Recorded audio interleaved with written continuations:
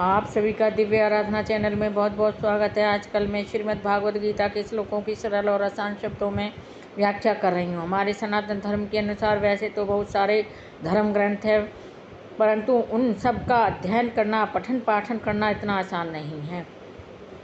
लेकिन दो ऐसे महान ग्रंथ भी हैं जो हिंदू ग्रंथों में अपना बहुत ही महत्वपूर्ण स्थान रखते हैं। सामान्य से सामान्य व्यक्ति भी उनको पढ़ सकता है और अपने जीवन में उनको धारण करके अपने जीवन का उद्धार भी कर सकता है। मैं आपको बता दूं ये दो महान ग्रंथ कौन कौन से हैं। ये हैं, एक श्री रामचरितमानस, दूसरा श्रीमद् भागवत गीता। ये दोनों ग्रंथ सनातन धर्म में अपना विशेष महत्व रखते हैं। आजकल मैं श्रीमद् भागवत गीता की श्लोकों की सरल और आसान शब्दों में व्याख्या कर रही हूँ। अब तक मैंने श्रीमद् भागवत गीता की भूमिका की, उसका पहला अध्याय जिसका नाम है कुरुक्षेत्र के युद्ध स्थल में सैन्य निरीक्षण, और दूसरा अध्याय गीता का सार, इन तीनों की मैं सरल और आसान शब्दों में व्याख्या कर चुकी हूँ। मुझे पूर्ण विश्वास है कि आप सभी ने इनको अवश्य ही श्रवण किया होगा, इसका लाभ उठाया होगा। अब आगे मैं श्रीमद् भागवत गीता का तीसरा अध्याय जिसका नाम है कर्मयोग, जो गीता का बहुत ही महत्वपूर्ण अध्याय माना जाता है, क्योंकि हमारे जीवन में कर्म को बहुत ही महत्वपूर्ण माना गया है। कर्म करना एक प्रधान कर्तव्य माना जाता है। कर्म भी दो प्रकार के माने जाते हैं, एक अच्छे कर्म, दूसरे बुरे कर्म। ये सब तो प्राणी की इच्छा पर निर्भर करता है कि वह किस प्रकार के कर्म करना चाहता है, अच्छे कर्म करना चाहता है या बुरे कर्म करना चाहता है। भगवान श्री कृष्ण जी ने भी अर्जुन को कुरुक्षेत्र के युद्ध स्थल में कर्म के महत्व को बहुत अच्छी तरीके से समझाया था। जब वह युद्ध नहीं करना चाहता था, तब भगवान श्री कृष्ण जी ने अर्जुन को कर्म के महत्व को समझाया। उसी तरह मैं भी आपसे हाथ जोड़कर प्रार्थना करती हूँ कि आप भी, जो मैं श्रीमद् भागवत गीता के तीसरे अध्याय जिसका नाम है कर्म योग, उसके श्लोकों की सरल और आसान शब्दों में व्याख्या कर रही हूँ, आप इनका श्रवण अवश्य करें। वीडियो शुरू करने से पहले आप सभी से मेरी प्रार्थना है, आप मेरे वीडियो को लाइक शेयर सब्सक्राइब अवश्य करें, बेल आइकन भी प्रेस करें, जिससे मेरे सभी नोटिफिकेशन आपको मिलते रहें। अब शुरू करते हैं आज का वीडियो। आज का वीडियो है श्रीमद् भागवत गीता का तीसरा अध्याय जिसका नाम है कर्म योग, उसके 24वें श्लोक की सरल और आसान शब्दों में व्याख्या।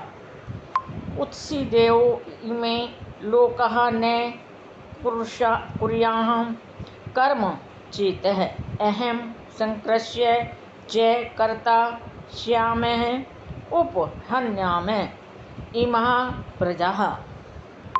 भगवान श्री कृष्ण जी अर्जुन को समझाने का प्रयास कर रहे हैं कि यदि मैं अपने नियत कर्म न करूं तो पृथ्वी के सभी लोग नष्ट हो जाएंगे, और तब मैं अवांछित जन समुदाय को उत्पन्न करने का कारण भी बन जाऊंगा। अर्थात जो समाज में अशांति फैलाने का काम करते हैं, उनके उत्पन्न करने का कारण भी मैं ही बन जाऊंगा। इस तरह संपूर्ण प्राणियों की शांति का विनाशक भी बन जाऊंगे। अर्थात समाज में जो शांति कायम है, जो शांति निर्मित है, उसका भी मैं कारण बन जाऊंगा यदि मैं अपने नियत कर्म न करूं।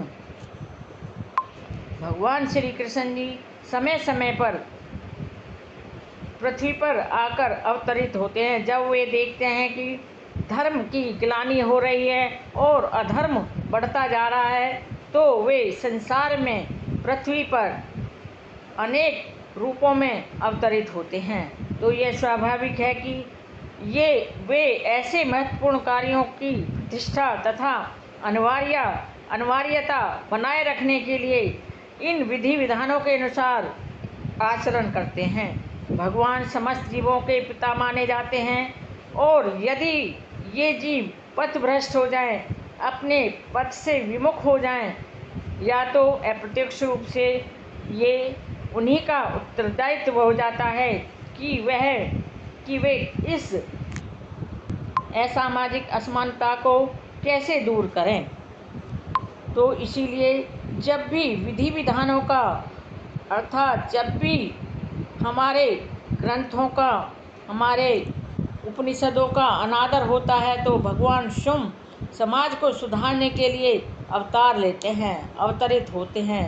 किंतु हमें ध्यान देना होगा, यद्यपि हमें भगवान के पद चिन्हों का ही अनुसरण करना है, उनका पालन करना है और उनके उपदेशों का पालन करना है। हमें उनका अनुकरण नहीं करना, क्योंकि हम उनके अनुकरण नहीं कर सकते। हमारी शक्ति इतनी नहीं है कि हम ईश्वर का अर्थात भगवान का अनुकरण कर सकें।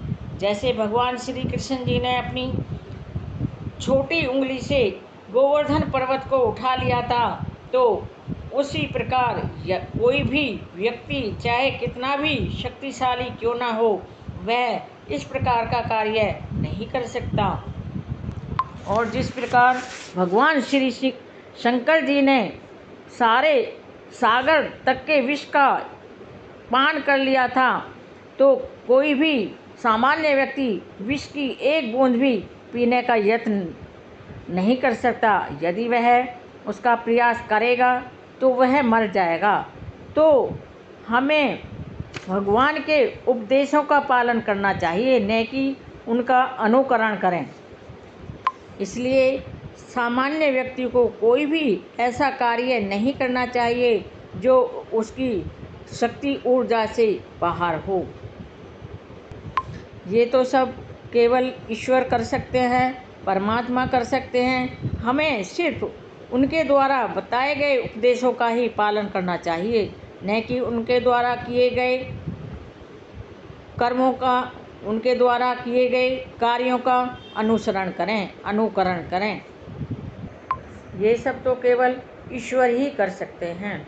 यह थी मेरे आज के 24वें श्लोक की सरल और आसान शब्दों में व्याख्या। मेरे वीडियो में अंत तक बने रहने के लिए आप सभी का कोटि कोटि धन्यवाद। नमस्कार।